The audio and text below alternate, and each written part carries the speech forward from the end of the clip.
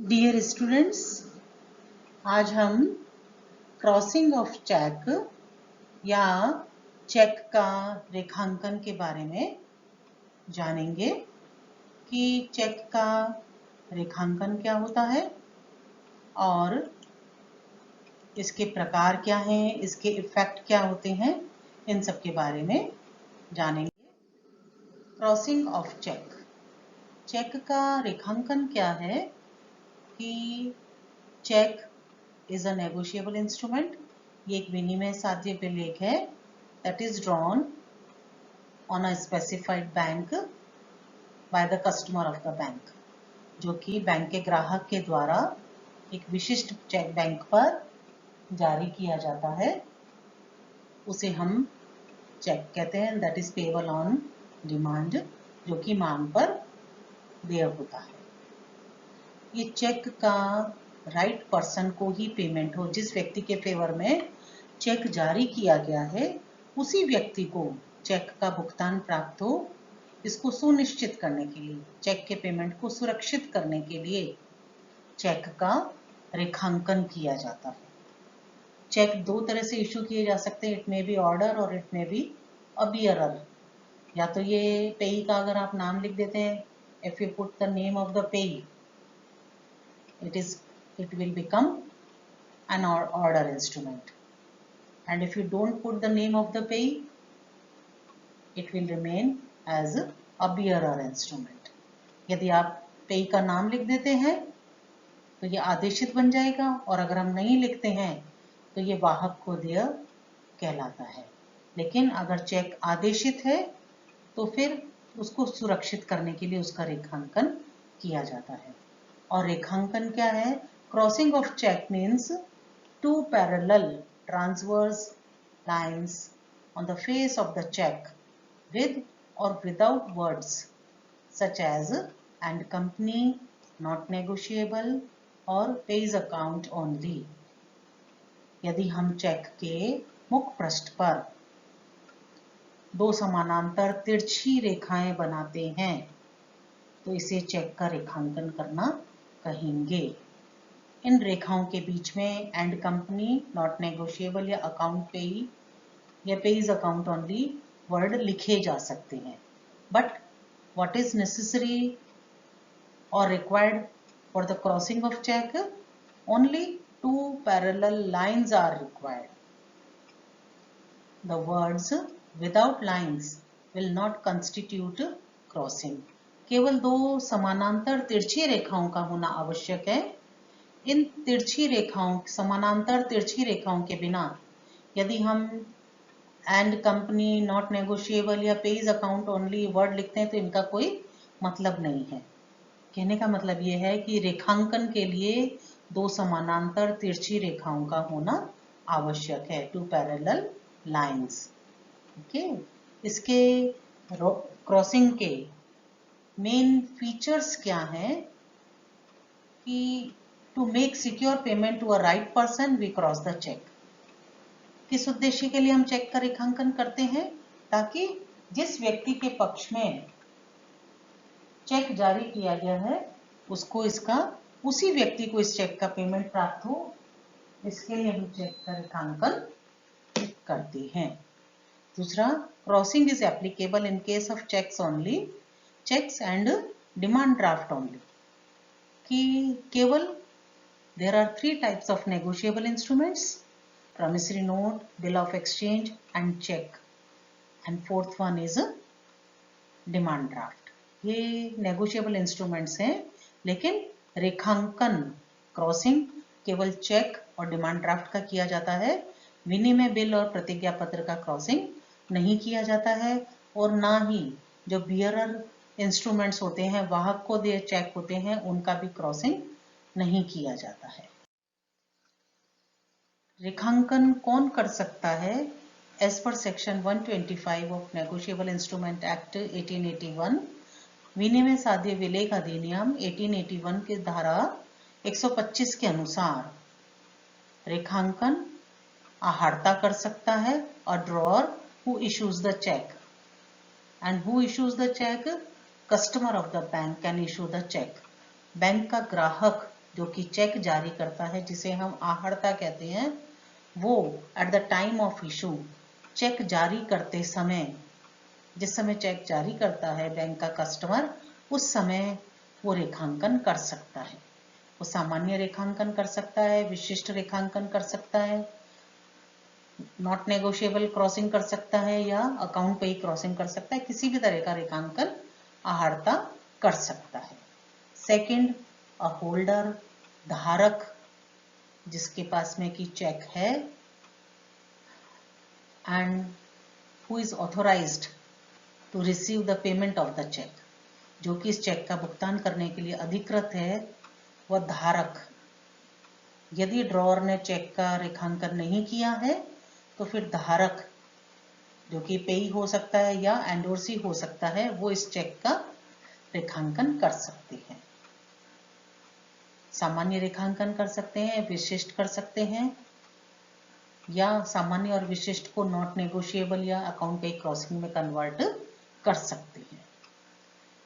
A banker who receives the cheque for collection in the case of special crossing can cross the check. संग्रहकर्ता bank विशेष रेखांकित check की स्थिति में collecting banker भी check का संग्रहण कर सकता है। कैंसिलेशन और opening of the cheque, cheque को निरस्त करने का अधिकार सिर्फ ड्रॉअर को होता है, आहर्ता को होता है, बैंक के कस्टमर को होता है जिसने कि चेक इशू किया है, सिर्फ उसे चेक को रेखांकन को निरस्त करने का अधिकार होता है। इफेक्ट्स ऑफ क्रॉसिंग, रेखांकन का प्रभाव क्या होता है कि यदि हमारे फेवर में कोई क्रॉस्ड चेक इशू हुआ है तो फर्स्ट ऑफ ऑल हमें अपने अकाउंट में ये चेक डिपॉजिट करना होगा, एंड देन हमारा बैंक हमारे लिए इस चेक का पेमेंट कलेक्ट करेगा। किससे?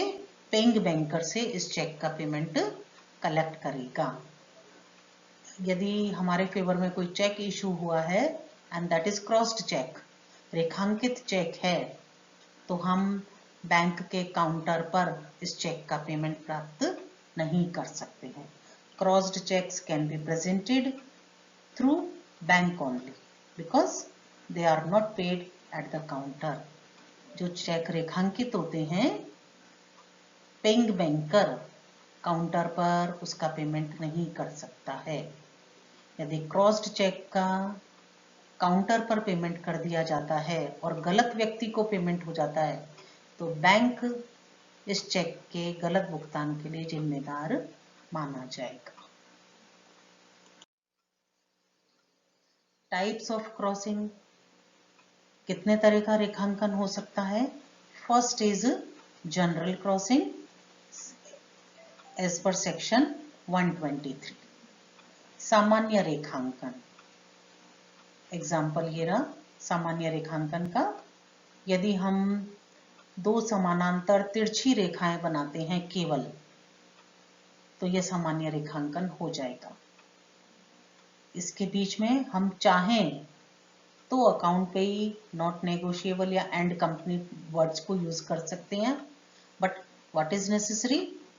These two parallel transverse lines, ये दो समानांतर तिरछी रेखाओं का होना आवश्यक है सामान्य रेखांकन के लिए। Second is special crossing according to section 124, विशिष्ट रेखांकन। यदि हम ये दो लाइंस की बजाय किसी पर्टिकुलर बैंक का नाम लिखते हैं, जैसे स्टेट बैंक ऑफ इंडिया, अगर हम इस बैंक का नाम लिखते हैं तो ये विशिष्ट रेखांकन करना या स्पेशल क्रॉसिंग करना कहलाएगा। इसका इफेक्ट क्या होगा कि पेइंग बैंकर इस चेक का पेमेंट तभी करेगा जबकि ये चेक एसबीआई के द्वारा प्रेजेंट किया जाएगा पेमेंट के लिए। अन्य किसी भी बैंक के द्वारा अगर चेक ये प्रेजेंट किया जाता है पेमेंट के लिए तो पेइंग बैंकर इस चेक का पेमेंट नहीं करेगा।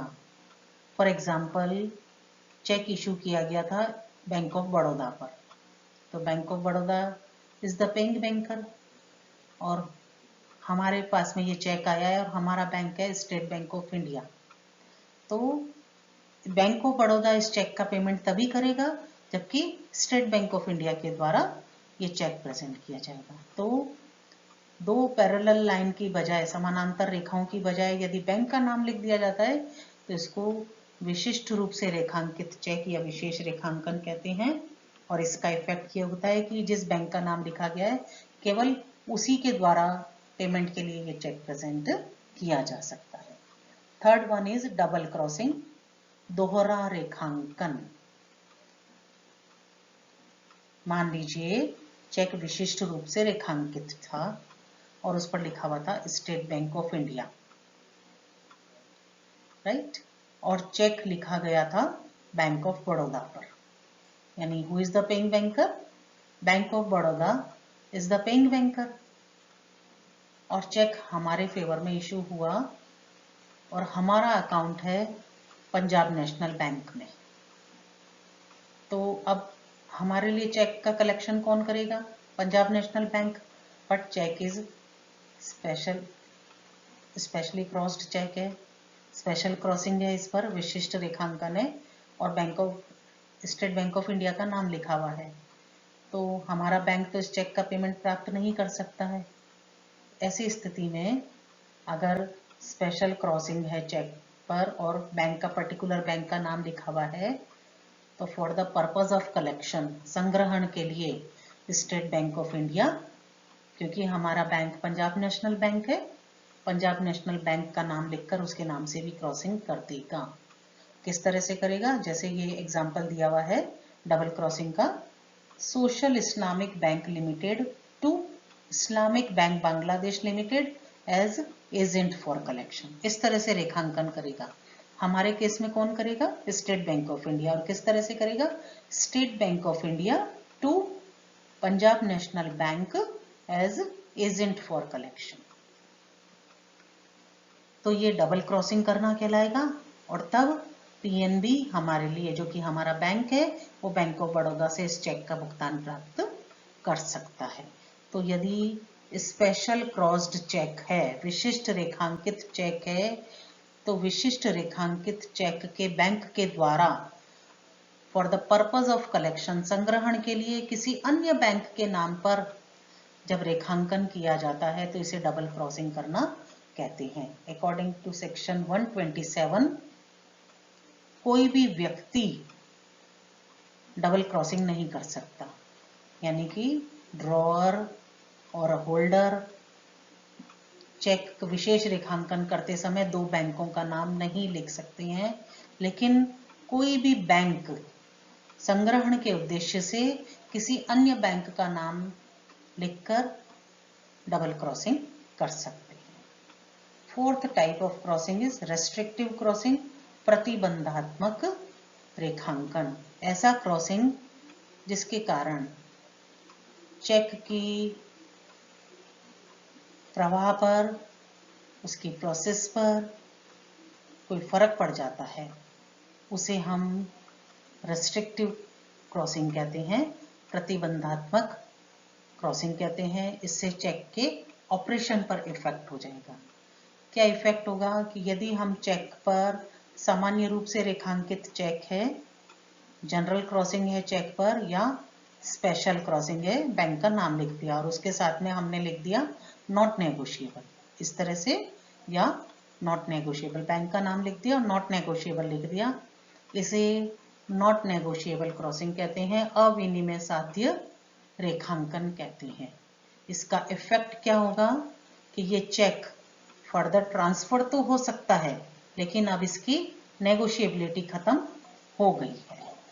इसी तरह से है account payee crossing, general crossing किया और बीच में लिख दिया अकाउंट पे, या स्पेशल क्रॉसिंग किया और लिख दिया साथ में अकाउंट पे, तो इसे special crossing with account payee crossing कहेंगे या general crossing with account payee crossing कहेंगे। और ये रेस्ट्रिक्टिव क्रॉसिंग होगा, प्रतिबंधात्मक रेखांकन होगा। इसका इफेक्ट क्या होगा कि इस चेक का पेमेंट केवल एज ए पेई जिस पर्सन का नाम लिखा हुआ है, सिर्फ वही व्यक्ति इस चेक का पेमेंट प्राप्त कर सकता है और अन्य कोई भी व्यक्ति इस चेक का पेमेंट प्राप्त नहीं कर सकता है। इसका क्या होगा कि अब इस चेक का फर्दर ट्रांसफर नहीं किया जा सकता, इसकी ट्रांसफरेबिलिटी जो है उसी को रेस्ट्रिक्ट कर दिया गया है। So these are the types of crossing of cheques. Thank you.